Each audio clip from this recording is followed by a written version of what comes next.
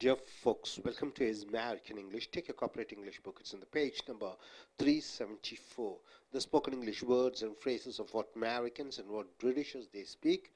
And our motto in Chennai, that is American Spoken English Center, to make you to be the great speakers in India, our world.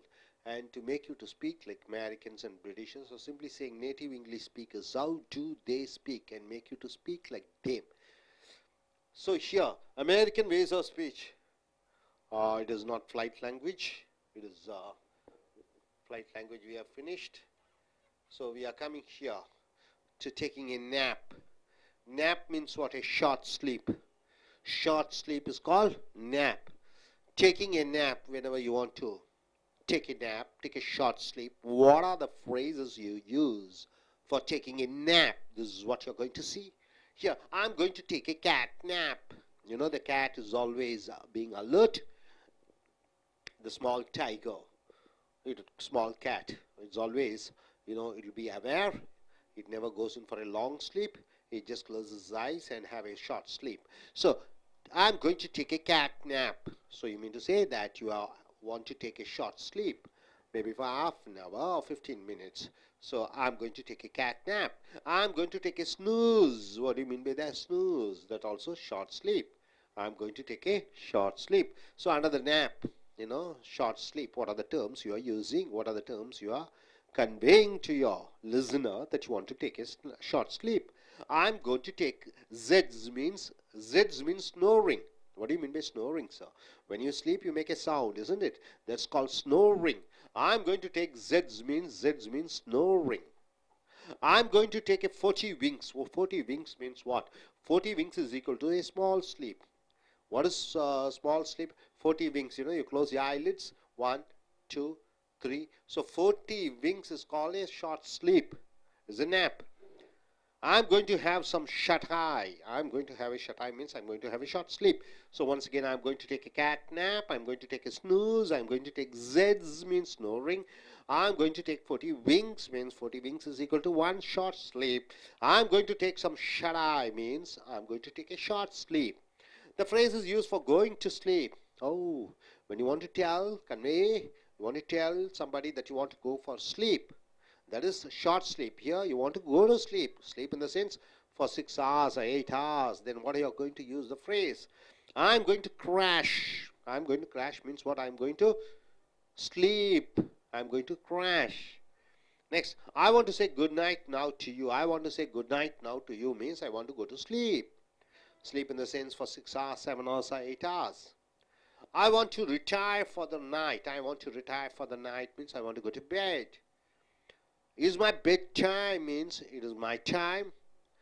Almost I have to go to bed and sleep. So these are the phrases you use when you want to go to sleep. Here, I'm off to bed. I'm off to bed means I'm just going to bed, going to sleep. I'm going to hit a sack of hay. I'm going to hit to sack of hay means that also I'm going to sleep. I'm going to sleep tight means I'm going to have a sound sleep. See you in the morning means I'm going to sleep. I'm going to sleep. See in the morning means simply saying that I'm going to sleep. Mighty night. I'm going to have mighty night means a great sleep. So my dear friends, love and romance, isn't it? It's very important nowadays. Male talking to a female, female talking to a male in a romantic way, in a loving way. That's called sexual attraction. Sexual attraction. So what are the terms you use for sexual attraction or love and romance? See here, she is really attractive. She is really attractive. You want to say to somebody that that girl is looking so wonderful, so gorgeous. Then what do you use the phrase? She is really attractive. She is real babe. Babe means what? Babe is used. The term is babe is a child. But here, you are mentioning that girl, maybe grown up 18 years and above, as a girl who looks innocent like a child, and she's so wonderful. She's real babe. And for a man who's an handsome guy, who's attractive, you use the phrase, he's a real doll. He's a real doll. And coming here, she looks good. She's a real looker. She's a real looker means she's looking good. She is really gorgeous. Gorgeous means very, very beautiful. She's really gorgeous. So, next for the person. He's really cute. Cute means what? Quite smart. Looks good. Handsome. Pretty looking face. He's really cute. What a bimbo. Only for females. Who has good structure. Who has good physical features. You call her as what a bimbo. What a geek. This is meant for only for males. What a geek. And coming here, he's really a hunk. Hunk means he's really a smart guy. And coming, proposing your love. You propose to somebody, male to a female to a male. How do you propose? The proposing phrases. I'm madly in love with you. So I'm crazy after you. I'm madly in love with you. All my thoughts and thinking are for you. I'm madly in love with you. I'm falling in love with you. What do you mean by you fall? In the sense you lose your senses and everything is on her. She's the switch for your emotions. So I'm falling in love with you means, so I've lost myself to you. I'm passionately in love with you. Passionately means what? Deep liking. I'm passionately in love with you. I'm in deep love with you. Take me, I'm yours. You are proposing her. Take me, I'm yours. So I am yours. I've already sold myself. I already given myself to you. So here, take me, I'm yours. And coming here, be mine always. You're proposing her by saying her, be mine. You're taking her as a possession. Be mine always. Be my Valentine. What do you mean by Valentine? He's a priest who's not supposed to marry, but he has loved and married a girl and he was killed. And on remembrance of him, on February 14th, it is called Valentine's Day, Romantic Day, Lover's Day. And be my Valentine means be my lover. Be my love. You're asking somebody, okay, be my love. Love is a symbol of the greatest positive energy which gives you. Be my love. So my dear friends, hope you are able to understand. So once again, be my love, be my Valentine, be mine always, take me, I'm yours, and I'm passionately in love with you, I'm falling in love with you, I'm madly in love with you. He's really a hunk. You want to say about him, man? He looks really good. What a geek. Only for males, you say, he looks very handsome. What a bimbo. It's only for females who has good physical features. He's really cute. You want to say a man who looks very good. Then she's really attractive. That girl looks very beautiful. She's really babe. He's really tall. She's really looker. She's really gorgeous.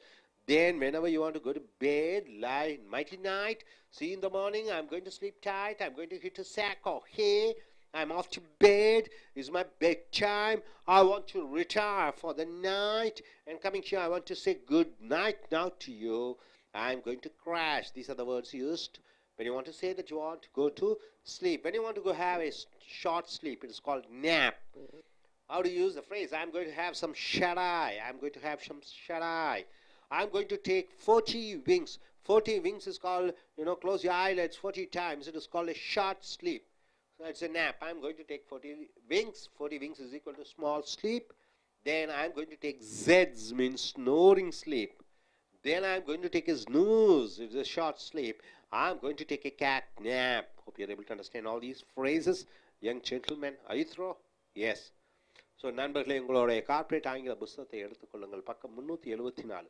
அமெரிக்கர்களை போன்றும் பிரிட்டிஷர்களை போன்றும் பேசக்கூடிய அந்த அழகிய ஆங்கில சொற்றொடர்களை பார்க்கிறீர்கள். எங்களுடைய தலையாய கடமை உங்கள் அனைவரையும் அமெரிக்கர்களை போன்றும் பிரிட்டிஷர்களையும் போல் சரளமாக தாய்மொழியை ஆங்கிலமாக கொண்டிருக்கக்கூடியவர்கள் பேசுவது போல பேச வைப்பது எங்கள் அமெரிக்கன் ஸ்போக்கன் இங்கிலீஷ் சென்டரினுடைய முக்கியமான ஒரு பணி. இப்பொழுது டேக்கிங் எ நேப். நேப் என்றால் என்ன? குட்டி தூக்கம். கூட்டி தூக்கம் என்பதை நேப் என்று சொல்வீர்கள் ஆங்கிலத்திலே. டேக்கிங் எ நேப், அந்த கூட்டி தூக்கத்தை எடுத்தல் என்பது மதியானம் சாப்பிட்டவுடன் ஒரு சிறு தூக்கம் போடுவதை கூட்டி தூக்கம் என்று சொல்வோம். அது 1/4 மணி நேரமாக இருக்கலாம், அரை மணி நேரமாக இருக்கலாம், 10 நிமிஷமாகவும் இருக்கலாம். ஐ am going to take a gate nap. பூனை எப்பொழுதும் ஒரு சிறு தூக்கம் போலும், எப்பொழுதுமே விழிப்புணர்வுடன் இருக்கும். அந்த பூனையுடன் நீ ஒப்பிட்டு சொல்லும் பொழுது ஐ am going to take a gate nap என்றால் நான் ஒரு குட்டி பூனை தூக்கம் தூங்க போகிறேன். குட்டி தூக்கம். I am going to take a snooze. சிறு தூக்கம். சிறு தூக்கத்தினுடைய சொற்றொடர்களை பார்க்கிறீர்கள். இது ஏதாவது ஒன்றை போடலாம். I am going to take Z's என்றால் என்ன? கோரட்டை விட்டு தூங்க போகிறேன். Snoring என்றால் கோரட்டை விடுதல். I am going to take 40 winks. 40 winks is equal to small sleep. நான் 40 கண்களை இமைக்கப் போகிறேன். கண்களை இமைத்து மூடி திறப்பதை ஒரு விங்க் என்று சொல்வீர்கள். கண் இமைகளை மூடி கண்ணை திறப்பும் போது ஒரு விங்க் என்று சொல்வீர்கள்.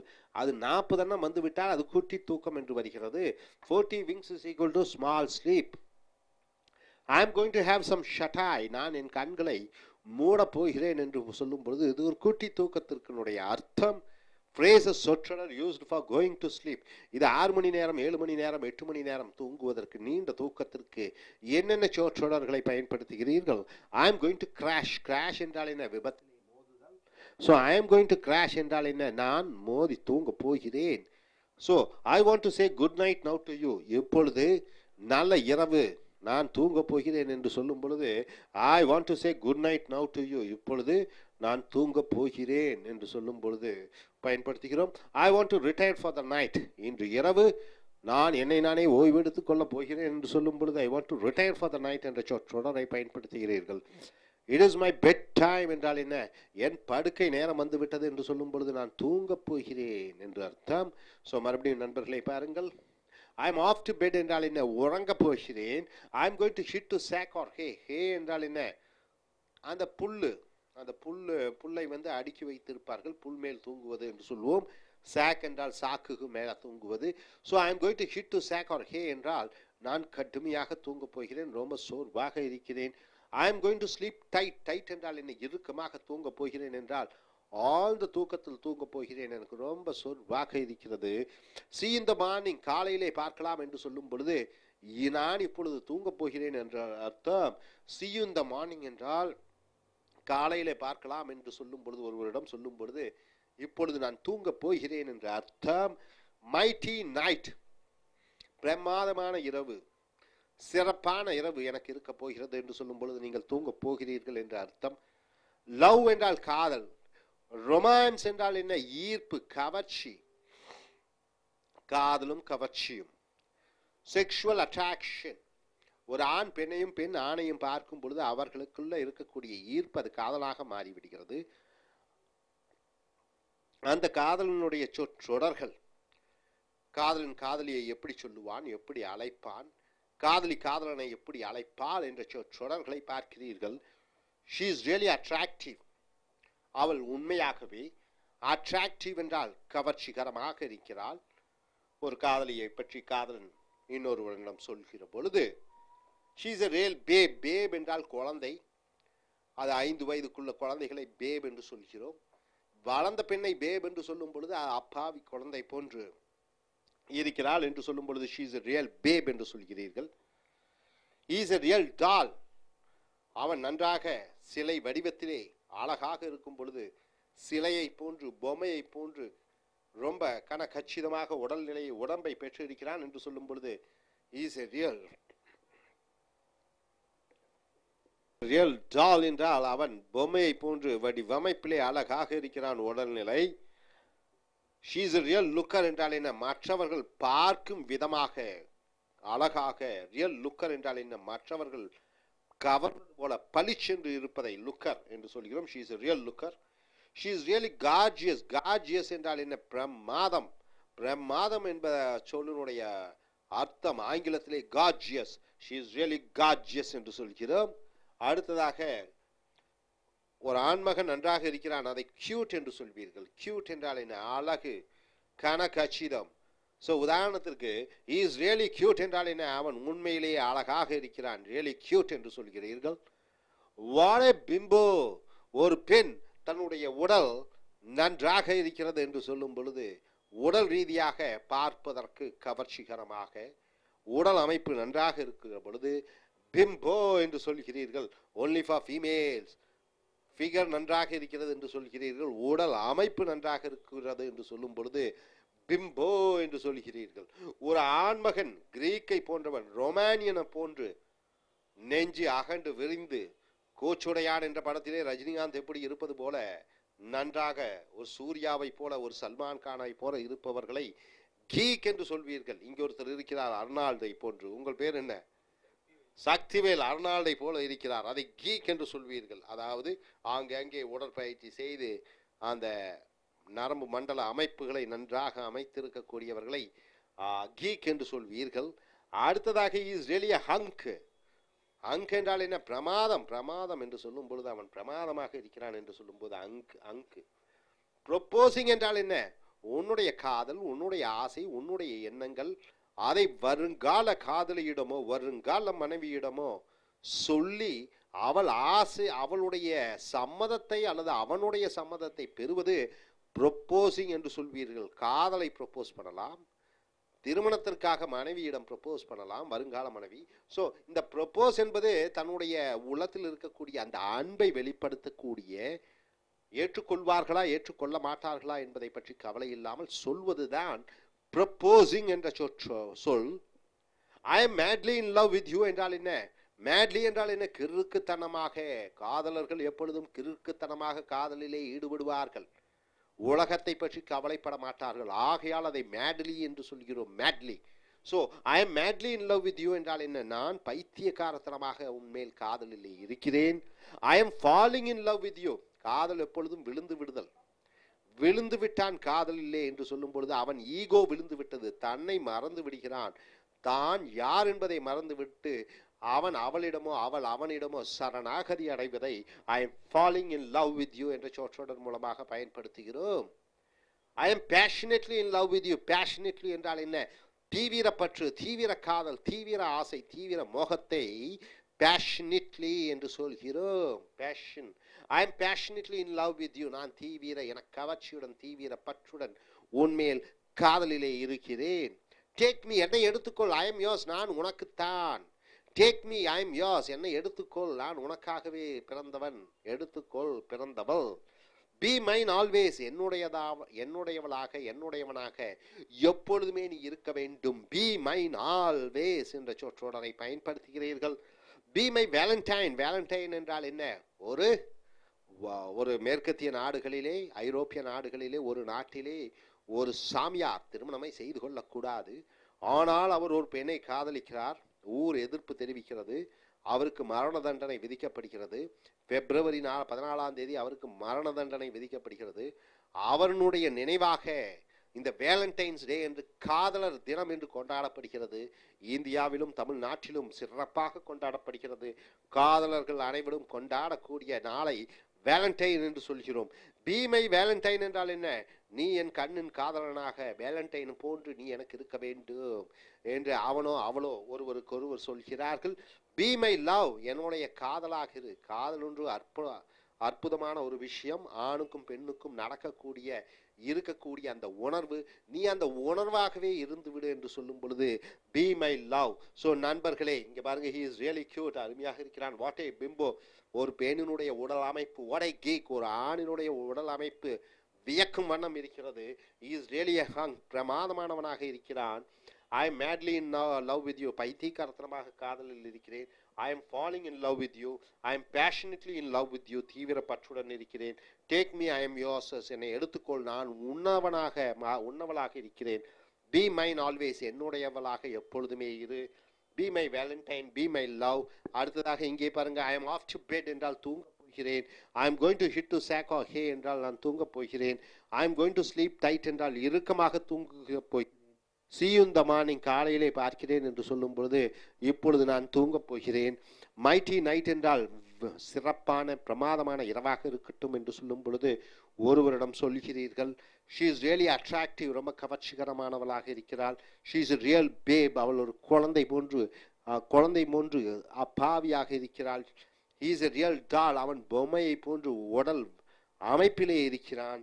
she is a real looker, அவள் பளிச்சென்று பார்க்கும் விதமாக மற்றவர்களை ஈர்க்கும் விதமாக இருக்கிறாள். she is really gorgeous. gorgeous என்றால் என்ன? பிரமாதமாக இருக்கிறாள். அடுத்தது குட்டி தூக்கத்துக்கு I am going to take a cat nap, சிறு தூக்கம் போட போகிறேன். I am taking to take a snooze, சிறு தூக்கம் போட போகிறேன். I am going to take zeds என்றால் என்ன? கோரட்டை விட்டு தூங்க போகிறேன். I'm going to take 40 wings என்றால் என்ன 40 தடவை இமைகளை மூடி தூங்க போகிறேன் என்றால் குட்டி தூக்கம். I'm going to have some shut eye கண்களை இருக்க மூடி தூங்க போகிறேன். I'm going to crash இது 6 மணி நேரம் 7 மணி நேரம் தூக்கத்துக்கு தூங்க போகிறேன். I want to say good night now to you இப்பொழுது நள்ளிரவு என்று சொல்லி குட் நைட் என்று சொல்ல வேண்டும் என்றால் நான் தூங்க போகிறேன். I want to retire for the night இன்று இரவு நான் தூங்க வேண்டும். It is my bed time நான் தூங்கும் நேரம் வந்துவிட்டது என்றால் நான் தூங்க போகிறேன். ஸோ நண்பர்களே, இந்த அருமையான ஆங்கில சொற்றொடர்களை உங்களுடைய பேச்சாங்கிலத்திலும் எழுத்தாங்கிலத்திலும் பயன்படுத்தி மிகச்சிறந்த பேச்சாளர்களாக எழுத்தாளர்களாக மாற என்னுடைய வாழ்த்துக்கள். நீங்கள் இப்பொழுது பார்த்தது குட்டி தூக்கம், நல்லா தூக்கம், அப்புறம் ஒரு ஆண் பெண்ணை பற்றி சொல்வது, பெண் ஆணை பற்றி சொல்வது, காதலை ஒரு ஆண் பெண்ணிடம் சொல்வது, பெண் ஆணிடமும் சொல்வது, இந்த அருமையான சொற்றொடர்களை பார்த்தீர்கள். இதை உங்களுடைய பேச்சாங்கிலத்திலும் எழுத்தாங்கிலத்திலும் பயன்படுத்தி நல்ல பேச்சாளர்களாக எழுத்தாளர்களாக மாற என்னுடைய இனிய வாழ்த்துக்கள்.